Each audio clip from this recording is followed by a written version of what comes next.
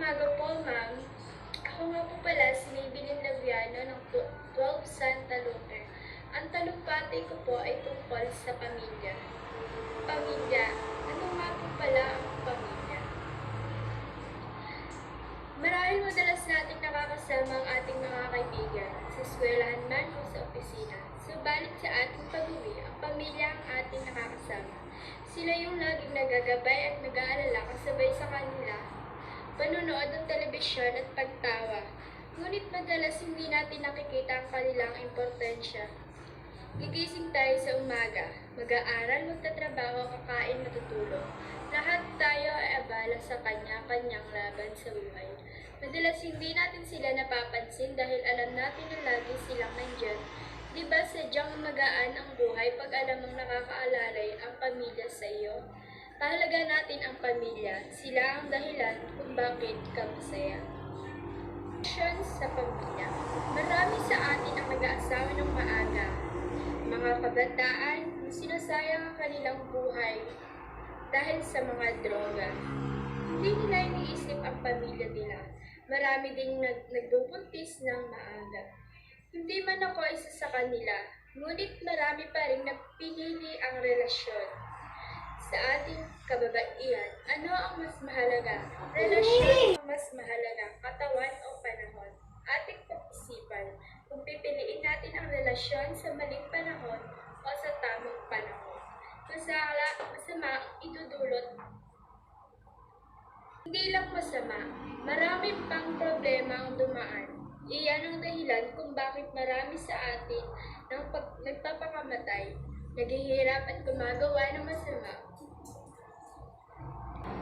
Sa maagang nag-asawa, ituro niyo sana sa inyong mga anak ang tama at mali at hindi tamang gawin at ang dapat gawin.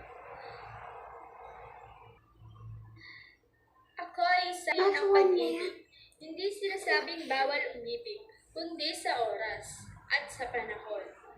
Ang pag-ibig, hindi sinasabing bawal umibig, kundi sa oras.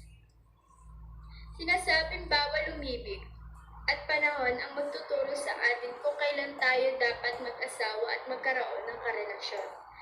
Ating bulay-bulayin, ito na ba ang oras sa panahon para ipasok ko ang ganitong relasyon? May problema ba ang susunod kapag ginawa ko ito? Bakit ako pinoprotektahan ng magulang ko na dapat pagtapos ng maghihapon at magtrabaho bago pumasok sa alinlangan ng buhay na pagsubok ng buhay may asawa? Hindi naman masamang humanga, ako nga ay maraming nanghihingaan. Kahit isang estudyante pa lamang ako, ang maagang pagrerelasyon, iyon man ay mabuti o masama. Dapat ginagawa muna ang mas makakabuting misyon sa ating buhay.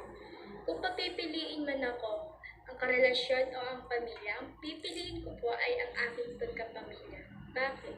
Mas alam nila limitasyon ko, ang karelasyon o ang pamilya, ang pipiliin ko po ay ang aking pagkapamilya. Mas alam nila limitasyon sa buhay ko at alam din nila ang storya ng buhay ko at mas alam nila limitasyon sa buhay ko at alam din nila ang storya ng buhay ko at alam din nila kung ano ang mas makakabuti sa akin.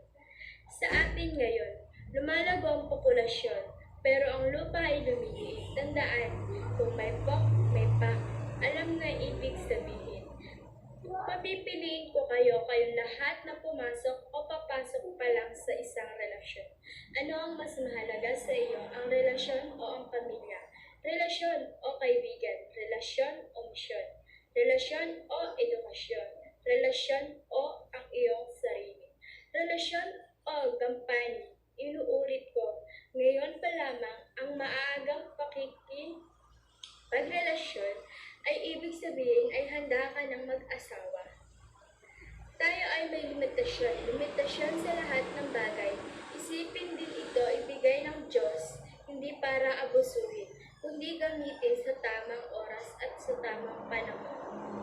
Sa tama, lahat sa atin ay madalas sumasalungat sa ganitong tanungin muli ang sarili. Makikipagrelasyon ba ako para lamang sumaya? Hindi lahat ng relasyon ay laro. Ako ay nalulungkot dahil sa ganitong problema na sana isipin mo na kung ano ba ang dapat. pagpasyahan humingi ng tulong sa mas nagtitiwalaang pamilya o kaibigan, kamag-anak o tunay na kaibigan. Matapat sa iyo. Mas mahalaga ba sa ito ang tatlong pamantayan? Ang paghanga ay bagay na nakita mo gaya ng itsura at kilos niya. Ang pagkahibang ay isang uri na damdamin na inaakalang pag-ibig na huwag paliligaw.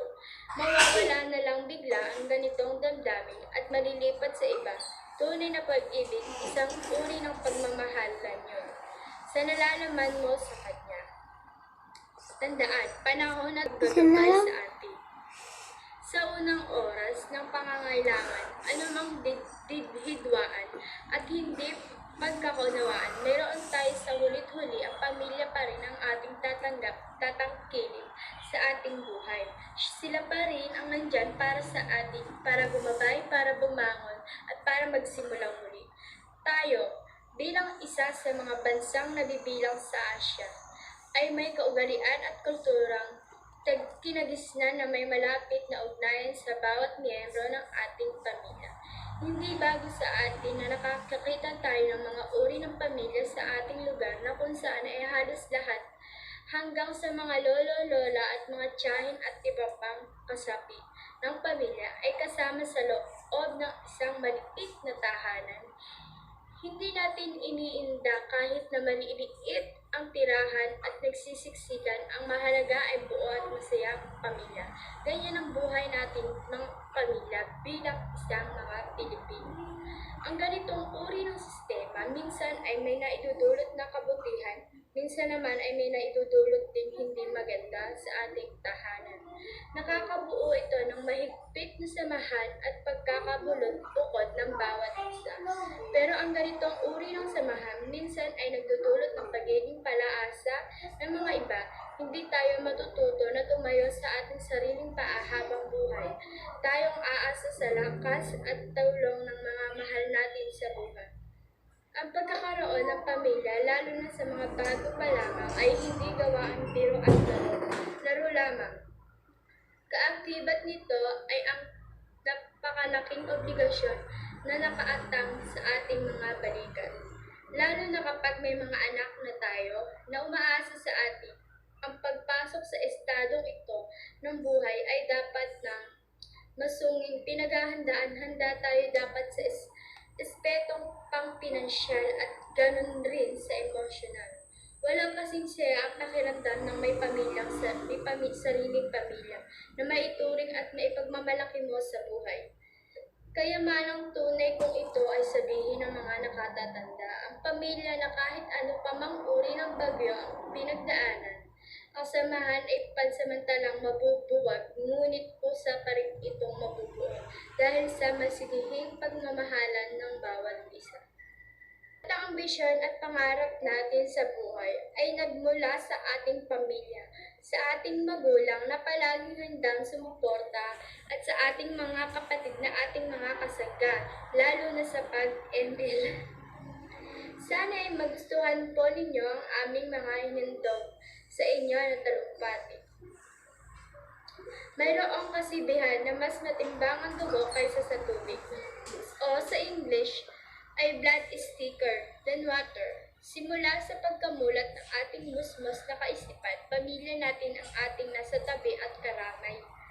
Andyan sila, tatay, nanay, kuya at si ate, bunso. Kahit sasalat tayo sa buhay, kung kompleto, malusog at masaya ang ating pamilya, ay masasabi natin na bukod na tayong pinagpala. Ang buhay ng isang pamilya ay sadyang puno ng mga pagsubok na kung minsan ay nagpapatumba sa atin at nagiging dahilan ng pagkawasak at pagkawatak-watak ng bawat miyembro ng ating mga anak at pamilya. Hindi natin maiiwasan ang pagkakaroon ng mga hindi pagkakaunawaan kahit na sabihin pa natin isang dugo lang ang nananalaytay sa ating mga katawan at ugat.